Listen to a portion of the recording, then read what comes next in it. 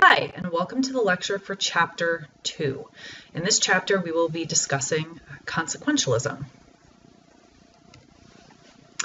The objective of this chapter is to introduce students to one of the broadest and most important group of theories in philosophical morality. Consequentialist theories raise challenging questions about the role, use, function of the consequences to moral reasoning and in living the moral life.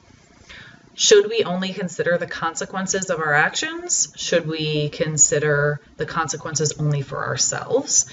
Should we consider the consequences of others? Which others? Should we consider short-term consequences or long-term consequences? This range of questions, of course, can be extended, but this is the general idea of what we're going to cover in this chapter.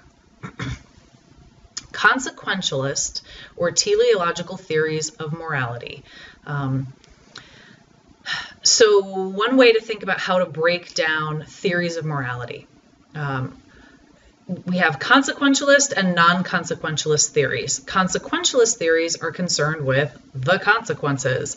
Non-consequentialist theories are concerned with other things when making moral decisions, things other than the consequences.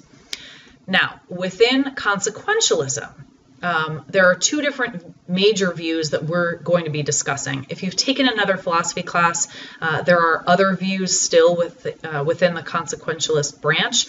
And so if you've learned other forms of consequentialism, that's great. But the two that we will be discussing are ethical egoism and utilitarianism. Ethical egoism says that we should act out of self-interest, and utilitarianism says that we should be acting in the interest of all. I mentioned a moment ago, ethical egoism is a type of consequentialism, and the authors of our book briefly discuss psychological egoism. Basically, we want to discuss it only so that we get clear that it is not ethical egoism. Psychological egoism is a scientific descriptive theory. Ethical egoism is a normative or prescriptive theory. Psychological egoism has both a strong and a weak version. The strong version says always act out of self-interest. And the weak version says often but not always act out of self-interest. So again, because psychological egoism is a scientific or descriptive theory, this is saying, the strong version is saying people always act out of self-interest, and the weak version is saying people usually act out of self-interest but not necessarily always. There are a couple problems with both strong and weak psychological egoism. The first is that some use strong psychological egoism as a basis for ethical egoism. And this is a redundancy, essentially. Why tell people to do what they cannot help doing? And then the second, some people use weak psychological egoism as a basis for ethical egoism. And here we have what's known as the is-ought fallacy. The way I often may act has little to do with how I should act. So just because we are doing something doesn't mean we ought to be doing that thing. That's the is-ought fallacy. Ethical egoism has three main forms. So we're done with psychological egoism. Forget about that. Now we're focused on ethical egoism, and that has three main forms. The first is individual ethical egoism. Everybody ought to act in my self-interest. So when you come up with a moral dilemma and you're wondering to yourself, what should you do? If I'm sitting, if you're asking me, what should I do? I'm going to tell you, if I'm being an individual ethical egoist, oh, you should do whatever is in my self-interest. If we want to be personal ethical egoists, then I ought to act in my own self-interest, and I have no idea what you should do. And if we want to be universal ethical egoists, then we think that everyone should act in their own self-interest. Some problems with individual and personal ethical egoism. The first is that they lack general applicability. What's good for only one person at a time does not actually provide much guidance for humanity in general. Secondly, egoists may need to conceal their egoism out of self-interest. So if I tell you that I act purely out of my own self-interest, and I make this fact known to you and other community members, none of you may want to have anything to do with me because you know that I'm always going to do what's best for me. And so you probably don't want to engage in business transactions or have me make promises to you because who knows what I'll do, but I'll do whatever's in my self-interest. Another problem is whether egoism is consistent. And the fourth is that egoists do not consider how their actions affect others. Universal ethical egoism is the most common version of the egoist theory. And again, that's the idea that everyone should act in his or her own best interest. So if you want to be an egoist, individual and personal egoism probably are not going to work out for you. Universal ethical egoism may. Of all three versions, that's the most viable. And universal ethical egoism applies to all humans, and it actually gives us some guidance as to what we should do to be moral. Some problems with this theory, however, are consistency and what is meant by the term everyone. There's a difficulty in giving moral advice. What should you do? Well, we should all do whatever's in our own best self-interest. Okay, fine, but what is that? How do I know what's in my own best interest? And then, of course, there's this blurring of lines between moral and non-moral uses of ought and should. And then the last problem with universal ethical egoism is that it's inconsistent with helping professions. So we are not going to get nurses and teachers and first responders if we are universal ethical egoists. Why? Because running into a building that's on fire is not in my best interest. So if we're all doing what's in our own best interest, none of us are going to run into that burning building. Some advantages, however, of universal ethical egoism include that it can be easy to determine what's, at least in my short-term best interest, and it encourages individual freedom and responsibility. Universal ethical egoism overall works plausibly when individuals are isolated. Some conflicts arise when interests overlap, and communities or small communities are now increasingly interconnected socially, politically, economically, however, so egoism is much less plausible. Within the universal ethical egoist camp, we find Ayn Rand, and she argued that conflicts wouldn't arise between individuals if they were rational. So she thinks that universal ethical egoism is plausible so long as we're all behaving rationally. But then we look around and we find the conflicts do arise among rational individuals. And so the authors of our textbook conclude that ethical egoism can really only work if you advocate some other theory and don't tell anyone, again, for the reasons I mentioned earlier. Moving on to utilitarianism. Utilitarianism derives the utility or usefulness out of moral action. So morality is or ought to be useful. Humans should do an act if it brings about the greatest amount of good.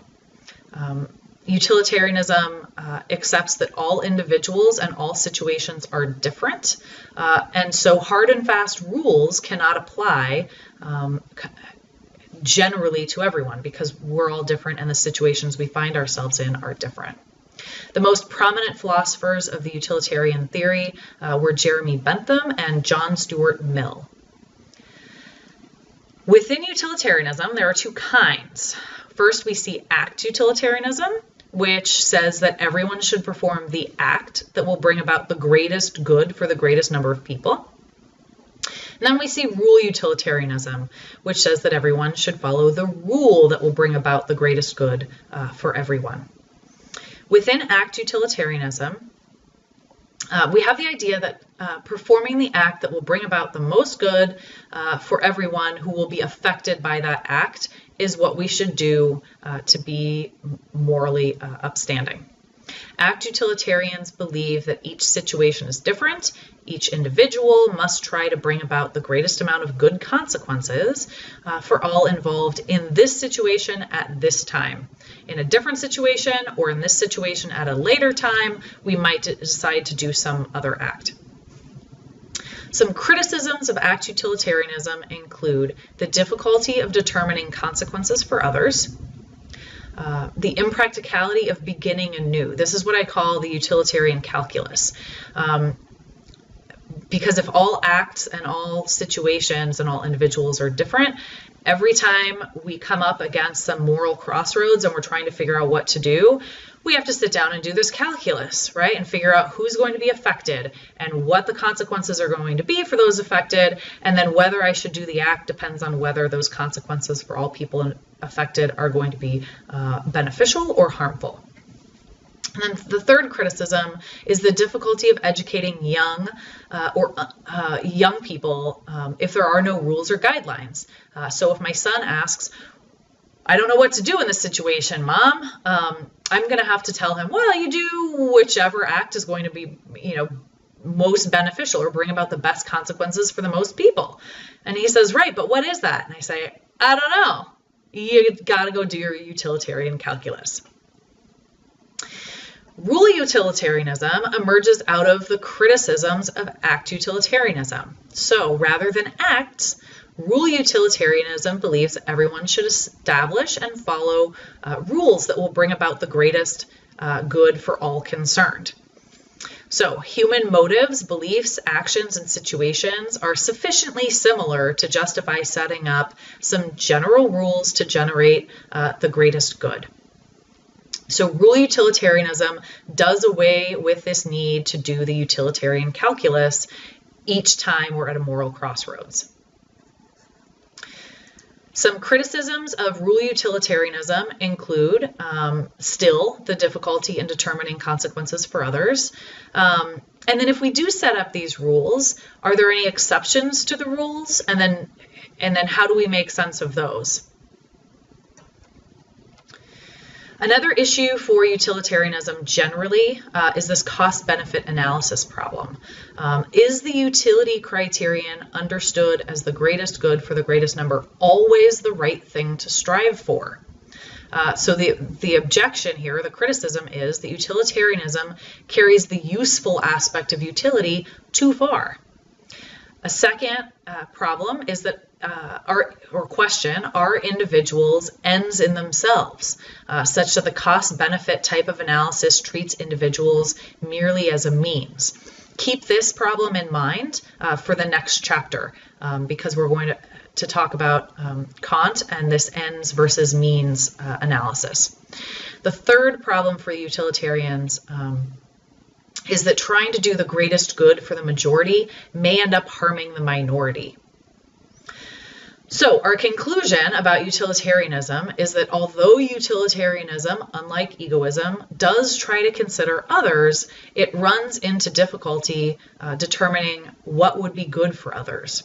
In act utilitarianism, there are no rules as such. In rule utilitarianism, which rules cover which situations is an open question. And then we also have to ask, does the end always justify the means? There are some advantages. So utilitarianism faces these criticisms, but it does still have some advantages over ethical egoism. The first is that all people are taken into consideration when anyone makes a moral decision, unlike egoism. And utilitarianism is a far more suitable theory for helping professions, right? So under utilitarianism, we will have firefighters and police officers and nurses and teachers. There is a difficulty, a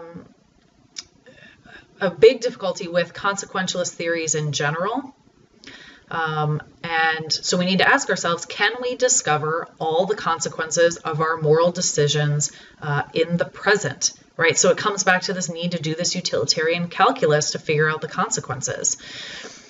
This is especially difficult for utilitarians because they're concerned with the effects of their decisions on others. And so we need to have all of this knowledge about the people who may be affected by our actions. And we may not have all of the knowledge we need to really make informed decisions.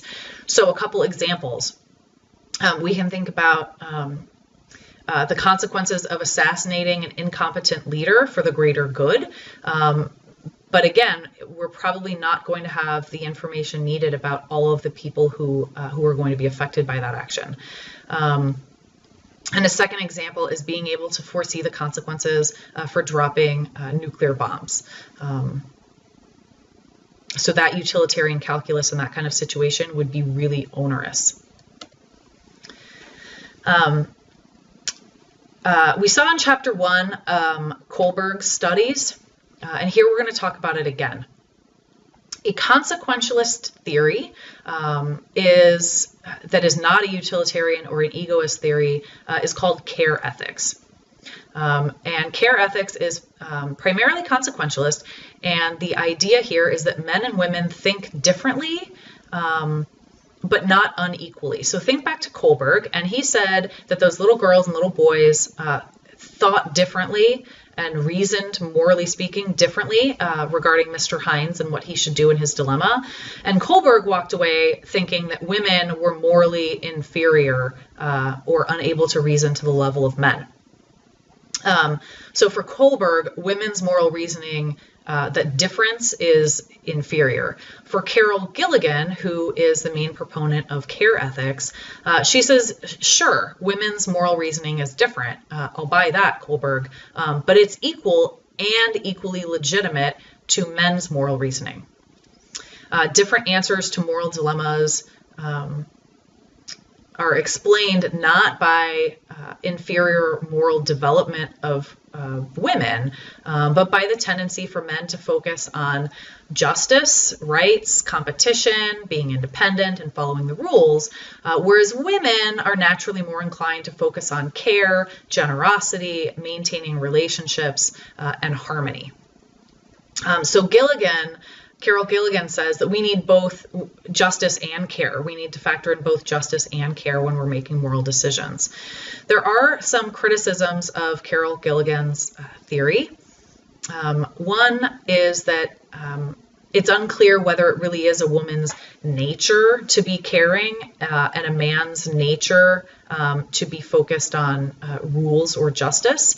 And of course, putting this generalization over all women, that it's within our nature to be caring, could be really divisive socially and politically. And next we see that if it's taken too far, this may set women up as normal and men as inferior. And the consequence here could be that women could be excluded from traditionally male jobs such as engineering, and men could be excluded from traditionally female jobs such as nursing. All right, so that's it for Chapter 2's lecture.